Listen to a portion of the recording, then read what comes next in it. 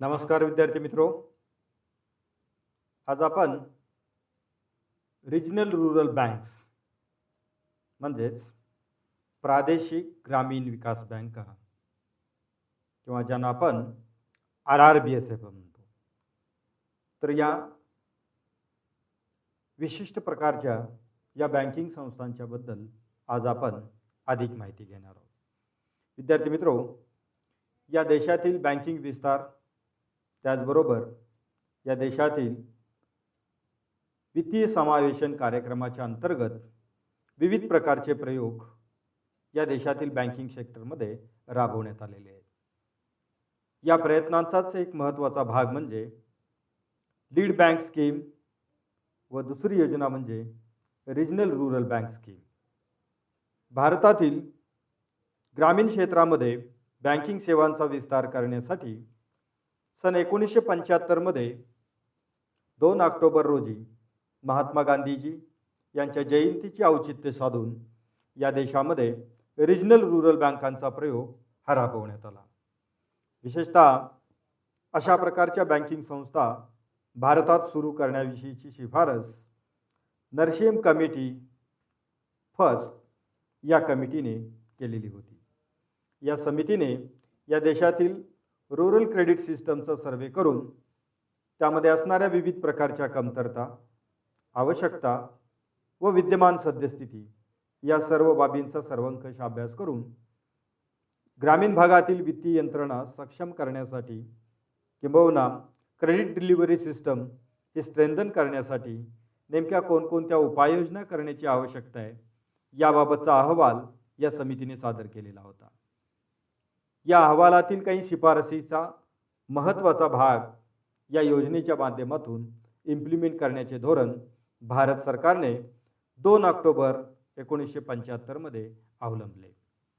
विशेष म्हणजे महात्मा गांधीजींच्या स्वप्नातील ग्रामीण भारत व ग्रामीण भारताचा विकास हे ध्येय, हे उद्दिष्ट डोळ्यासमोर ठेवून गांधी जयंतीचे औचित्य साधून या योजनेचा शुभारंभ करण्यात आला.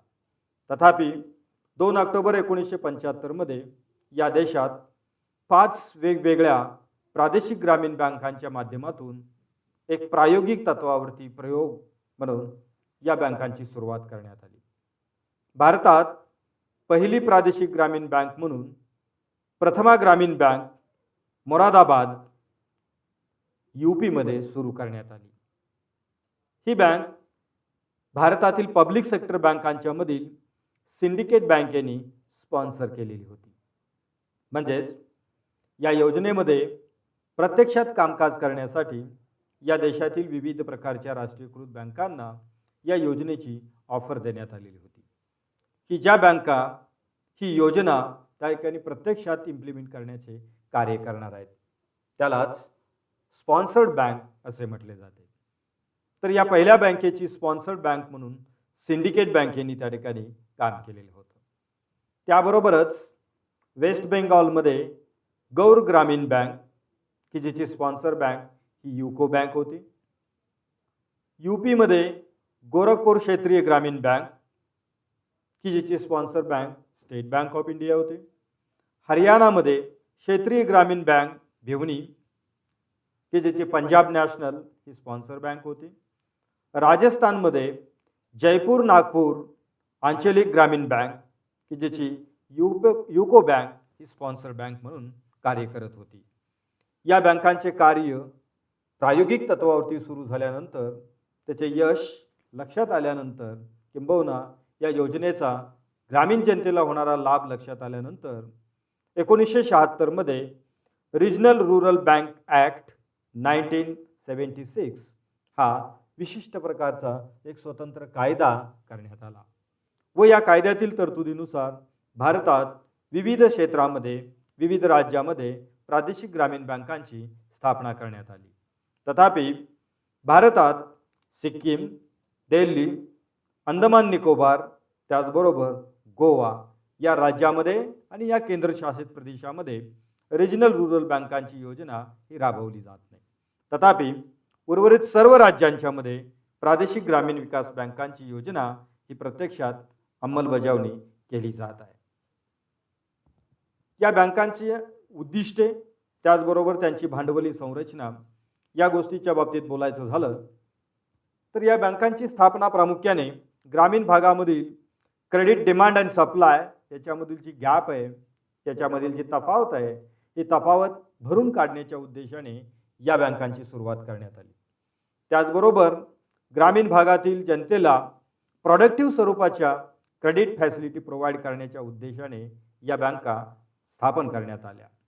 विशेषत्वाने ॲग्रिकल्चर व ॲग्री अलाइड ॲक्टिव्हिटीसाठी वित्तपुरवठा करणं व त्याच्या विकासासाठी आवश्यक त्या वित्तीय सुविधा उपलब्ध करून देण्याची व्यवस्था करण्यासाठी रिजनल रुरल बँकांची स्थापना करण्यात आली. त्याचबरोबर ग्रामीण भागातील विशेषत्व जे मार्जिनलाइज्ड कम्युनिटी आहेत, वीकर सेक्शन आहे, या वीकर सेक्शनच्या इकॉनॉमिक अपलिफ्टमेंटसाठी, आर्थिक उन्नतीसाठी या बँका काम करणार आहेत, अशा प्रकारची प्रोव्हिजन त्याच्यामध्ये करण्यात आलेली होती.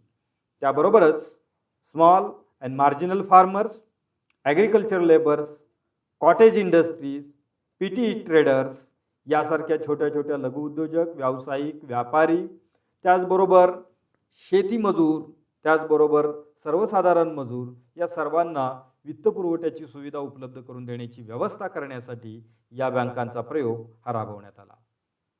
या बँकांची स्थापना करत असताना त्याची जी भांडवली संरचना आहे, कॅपिटल स्ट्रक्चर जे आहे, की यामध्ये सुरुवातीच्या कालावधीमध्ये म्हणजेच 1976 ते 2014 या कालावधीमध्ये या बँकांना पुरवण्यात येणारे भांडवल हे ओल्ड स्कीमनुसार पुरवण्यात येत होते, ज्यामध्ये प्रामुख्याने जी बँक अशा प्रकारची योजना म्हणजेच प्रादेशिक ग्रामीण बँक सुरू करणार आहे, या बँकेने स्वतः 35% भांडवल याच्यामध्ये घालणं अपेक्षित होतं.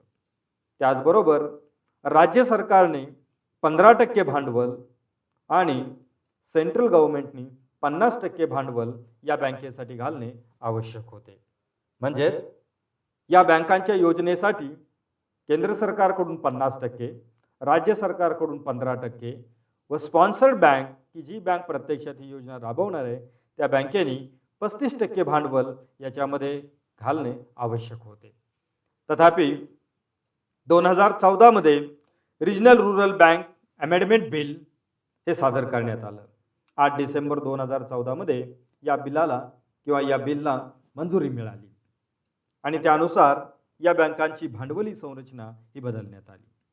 या नवीन योजनेनुसार म्हणजेच RRB न्यू स्कीम 2014 नुसार केंद्र सरकार, राज्य सरकार व स्पॉन्सर्ड बँक या तिघांचे मिळून 51% किमान भांडवल त्याच्यामध्ये असणे आवश्यक आहे. अर्थात यासाठीचा अंतर्गत शेअर किती असेल हे ठरवण्याचे अधिकार केंद्र सरकारला आणि राज्य सरकारला देण्यात आलेले आहेत. तथापि उर्वरित 49% भांडवल हे संबंधित RRB ही कॅपिटल मार्केटमधून उभं करू शकते. तथापि या योजनेमध्ये एक महत्त्वाची प्रोव्हिजन करण्यात आलेली आहे की जरी स्टेट गव्हर्नमेंटनी 15% भांडवल याच्यामध्ये खरेदी करणं आवश्यक असलं तरी पूर्वीच्या नियमामध्ये स्टेट गव्हर्नमेंट केवळ 15% भांडवल खरेदी करू शकत होते. मात्र नवीन या न्यू स्कीममध्ये राज्य सरकारला 15%पेक्षा अधिक भांडवल खरेदी करण्याची मुभा ही देण्यात आलेली आहे. म्हणजेच 51% भांडवलामध्ये 15%पेक्षा अधिक भांडवल हे राज्य सरकार स्वतः खरेदी करू शकते. सर्वसाधारणपणे ज्या राज्यामध्ये संबंधित रिजनल रुरल बँकेचा शाखा विस्तार असणार आहे त्या राज्य सरकारने ही भांडवली रक्कम ॲड करावी हे अपेक्षित असते. तर या पद्धतीने या बँकांची भांडवली संरचना ही असल्याचे आपणास दिसून येते. त्यानंतर दुसरा महत्त्वाचा भाग म्हणजे या बँकांची स्थापनाच प्रामुख्याने महत्त्वाच्या प्रायोरिटी सेक्टरमधल्या सेक्टरसाठी कर्ज पुरवठा किंबहुना वित्त पुरवठ्याची सुविधा उपलब्ध करून देण्यासाठी झालेली आहे आणि त्यामुळे रिझर्व्ह बँक ऑफ इंडियाने या बँकांच्यासाठी विशेष कर्ज पुरवठ्याचे टार्गेट्स व त्याच्या अंतर्गत सब टार्गेट्स हे डिफाईन करून दिलेले आहेत. सर्वसाधारणपणे इतर राष्ट्रीयकृत बँका व खाजगी बँकांच्यासाठी प्रायोरिटी सेक्टर लेंडिंग अंतर्गत म्हणजेच अग्रक्रम क्षेत्रासाठी त्याने एकूण कर्ज पुरवठ्याच्या 41% कर्ज पुरवठा करावा असे अपेक्षित असते. म्हणजेच इतर बँकांच्या बाबतीत त्या जर 100 कोटी रुपयाचा कर्ज पुरवठा करत असतील तर त्यामधील किमान 41 कोटी रुपयाचा कर्ज पुरवठा हा अग्रक्रम क्षेत्रास करणे आवश्यक असते.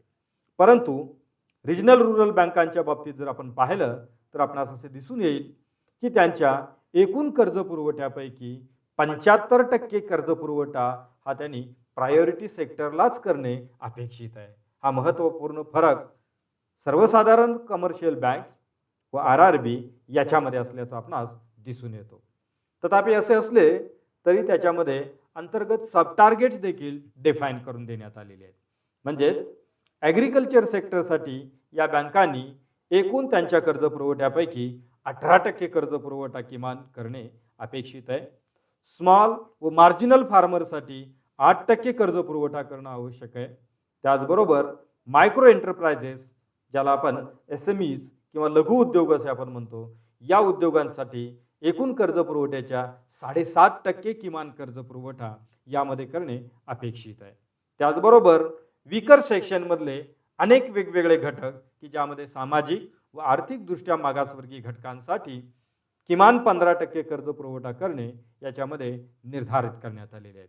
म्हणजेच या प्रोव्हिजन जर आपण पाहिल्या तर आपल्या असं लक्षात येईल की रिजनल रुरल बँक या specially agriculture development, small and marginal farmers, micro enterprises व वीकर सेक्शनमध्ये येणाऱ्या अनेक वेगवेगळ्या घटकांच्या आर्थिक व सामाजिक उन्नतीसाठी काम करणाऱ्या या बँकिंग संस्था आहेत की ज्यांना रिझर्व्ह बँकेने ठरवून दिलेल्या या नॉर्म्सनुसार आपला कर्ज पुरवठा करणे आवश्यक असते. या व्यतिरिक्त या RRBच्या बाबतीमध्ये आणखी काही महत्त्वाच्या गोष्टी आपणास लक्षात घेणे आवश्यक आहे. विशेषत्वाने IBPS किंवा बँकिंगच्या रिक्रुटमेंट एक्झामसाठी या काही गोष्टींची माहिती असणे आवश्यक आहे. सर्वसाधारणपणे RRBची स्थापना ही स्पॉन्सर्ड बँकेकडून केली जाते की ज्या बँका पब्लिक सेक्टर बँक आहेत. म्हणजेच या देशातील विविध प्रकारच्या राष्ट्रीयकृत बँका RBIच्या सूचनेनुसार प्रादेशिक ग्रामीण बँकेची योजना या राबवत असतात की ज्यांना आपण स्पॉन्सर्ड बँक असे आपण म्हणतो. त्याचबरोबर RBI कडून एक महत्त्वाची सवलत या RRBसाठी देण्यात आलेली आहे ती म्हणजे जेव्हा या RRBची स्थापना होते त्या स्थापनेपासूनच या RRBंना शेड्यूल्ड बँकेचा स्टेटस हा दिलेला असतो. तथापि इतर प्रायव्हेट बँका व सहकारी बँकांना स्थापनेनंतर RBIकडे ॲप्लाय करून त्या ठिकाणी शेड्यूल्ड बँकेचा स्टेटस मिळवून घेणे अपेक्षित असते. तथापि RRBच्या बाबतीमध्ये स्थापनेपासूनच त्यांना शेड्यूल्ड बँकेचा दर्जा हा देण्यात आलेला असतो. त्याचबरोबर RRB या देशातील मध्यवर्ती बँक म्हणजेच रिझर्व्ह बँक ऑफ इंडियाच्या नियंत्रणाखाली काम करत असल्या तरी RBIने या RRBच्या संपूर्ण नियंत्रणाची जबाबदारी, त्यांच्या विकासाची जबाबदारी, त्याचबरोबर त्यांच्यावरती देखरेख ठेवण्याची जबाबदारी ही नाबार्डकडे देण्यात आलेली आहे. नाबार्ड म्हणजेच national bank for agriculture and rural development की जी रिझर्व्ह बँक ऑफ इंडियाची सिस्टर कन्सर्न म्हणून काम करते.